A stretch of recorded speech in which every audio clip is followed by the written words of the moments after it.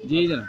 अस्सलाम वालेकुम सर जी। यहाँ पर जो गाहक जितने भी हैं ना, सब तकरीबन आधा किलो आटा, 10 रुपए की मिर्चें, 20 रुपए की चीनी, 5 की हल्दी, ये अक्सरियत इन गाहकों की है।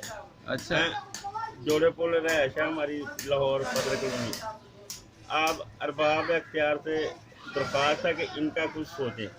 ये पाव पाव के पैकेट बना देते हैं जो लेते भी नहीं हैं लोग। अच्छा। उन्होंने 100 रुपए में सब सारी हांडी बनानी होती है। अच्छा, एक ये टाइम पे। एक टाइम में सारा सही। दिन में मिर्चें भी डालनी है, नमक भी डालना, हल्दी भी डालनी।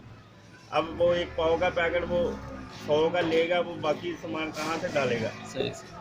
अच्छा, इस तरह के गाहक कितने हैं डेली जो ये 20 रुपए का आटा, 20 रुपए का सर घी? ये तकरीबन कम से कम 100 150 आदमी रोज आता है जो कहता है कि 20 का आटा दे दो, 10 की चीनी दे दो, 5 की मिर्चें दे दो। अच्छा, क्या बात है। तो ऐसे लोगों का ख्याल करना चाहिए, हाँ जी। नहीं, इनकी मदद करनी चाहिए। हाँ, सही सही सही सही सही सही।